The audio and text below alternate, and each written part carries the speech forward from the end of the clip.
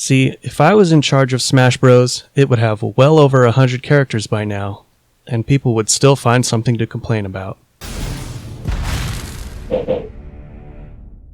I know Fighter Pass 2 Electric Boogaloo is just around the corner, and I don't want to waste time trying to predict what will happen because that's boring. I just like to imagine what could be. Between my top 15 video and now, I played quite a lot of stuff that made me rethink what I would like to see represented in Smash Bros.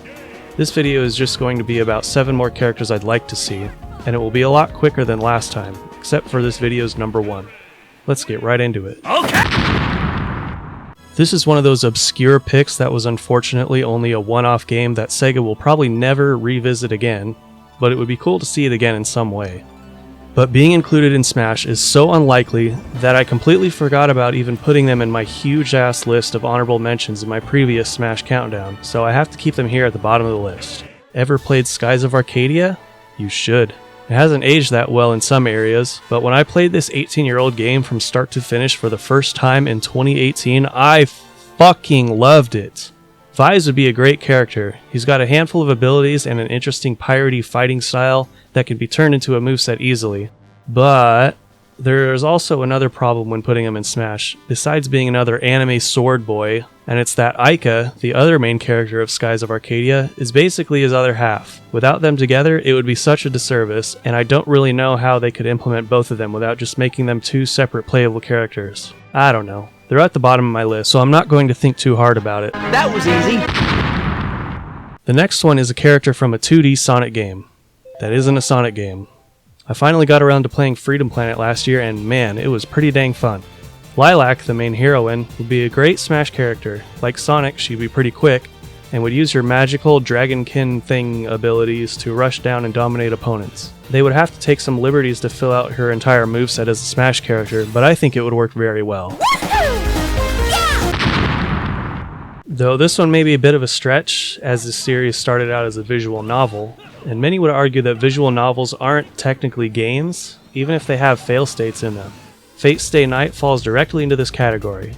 Having started out as a visual novel, then spawned anime, manga, light novels, and video games afterwards. We've seen 2 of the Fate Extella games on the Switch so far, which is my only experience with the series I should mention, so it isn't completely out of the question, I would say.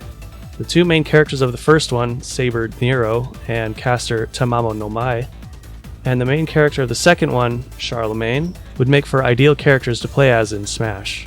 Or they could go with the obvious choice, Saber Artoria, who is the original protagonist and one of the central characters of the entire series. Or they could even go with one of the other popular recurring characters such as Gilgameth, Elizabeth, or Astolfo. The amount of options in this series is pretty vast, so seeing any of them would be pretty cool. But with Smash being a game for good boys and girls and the original Fate Stay Night being a hentai, well...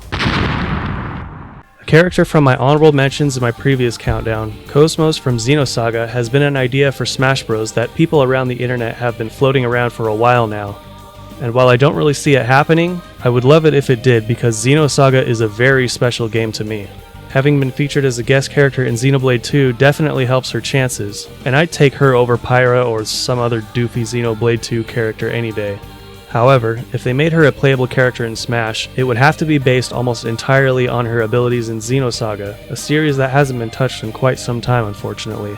Using her arm to transform into various weapons and phase other weapons in and out would make her moveset diverse and complex to use, and satisfying to finish people off with her bizarre, belly button super laser called the X-Buster as her final smash. Now if only this series can make a comeback first.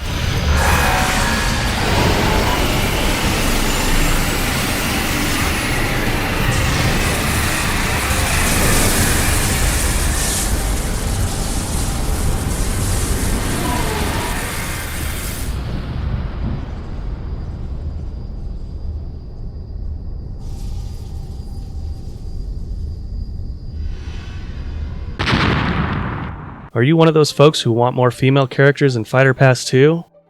Or do you just want some cute waifus in Smash? Well, why not both?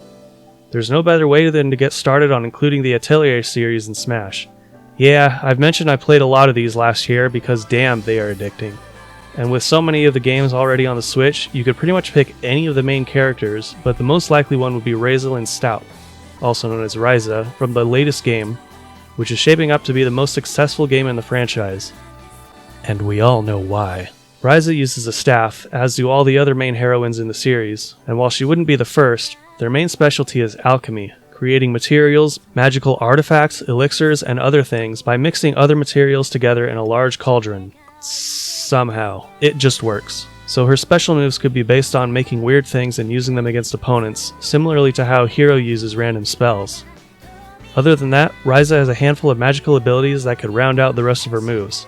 She would be a pretty unique and creative character, I'd say, and given the similarities with other protagonists in the series, they could very easily add multiple characters with similar movesets, be they Echo Fighters or not.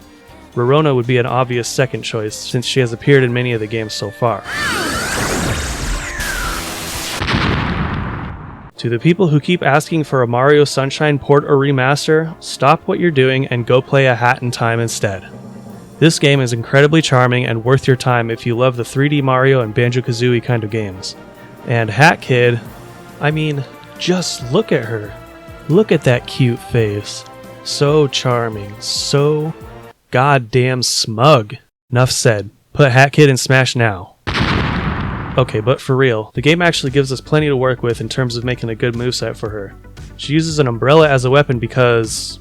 reasons? Hey, at least it's not a sword, right? And she has plenty of wacky moves and abilities at her disposal that can be used for her specials, such as the umbrella laser as a neutral special, the motor scooter for a side special, the ice drop as her down special, and maybe the homing attack as the up special?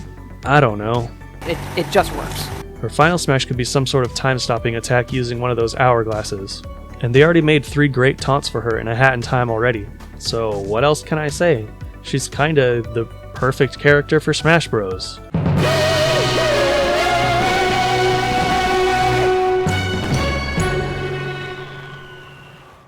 And yet, she's still only my number 2.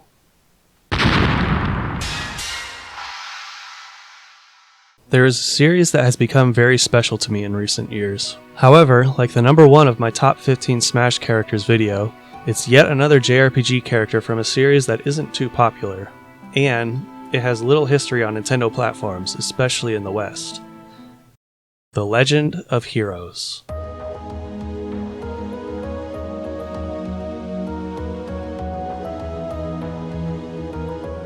More specifically, The Legend of Heroes Trails in the Sky and Trails of Cold Steel. The Trails saga is a long, continuous story in the franchise that currently spans 9 whole games. Naturally, with so many games, there is a wide pool of characters to choose from, and many of them would make great additions to Smash. But, you know how this works. Only the main character gets to appear first, which narrows it down to only 4. Estelle Bright, Kevin Graham, Lloyd Bannings, and the perpetual lady problem himself, Rien Schwarzer. As much as I love Kevin out of the 4 mains, the best choice for Smash Bros in my opinion would be... Estelle Bright.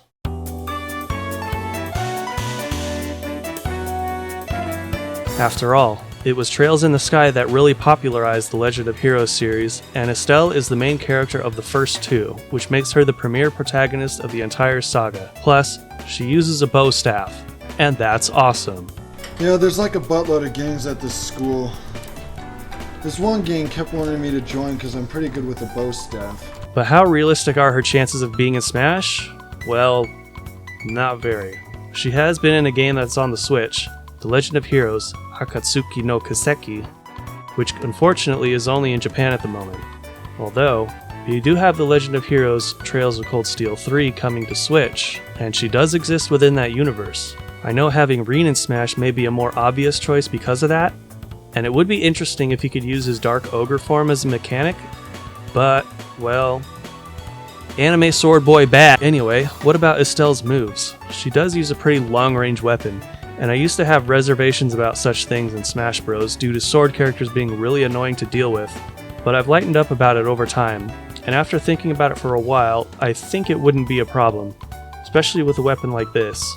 Since a bow staff has no blade, its power is based on how hard you hit with it, and the longer you reach with the weapon, the less leverage you have.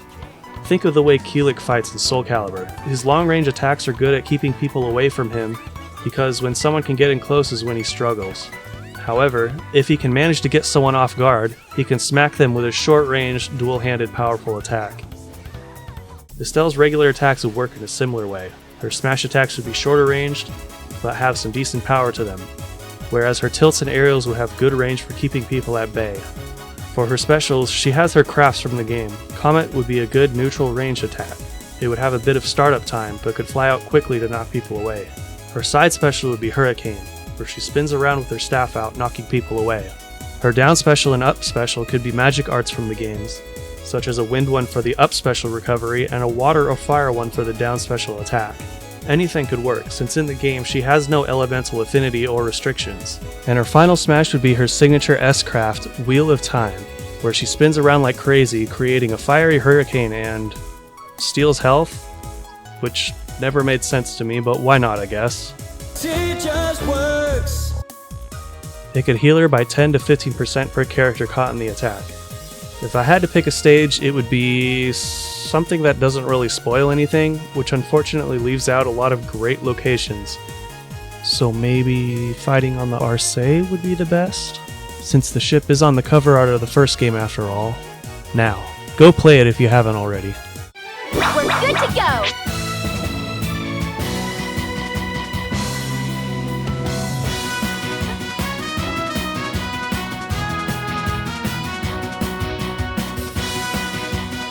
And that's it for this video. So far, none of my wanted characters have come true, but now that I've added 7 more to my list, we'll see what happens over the next year or two.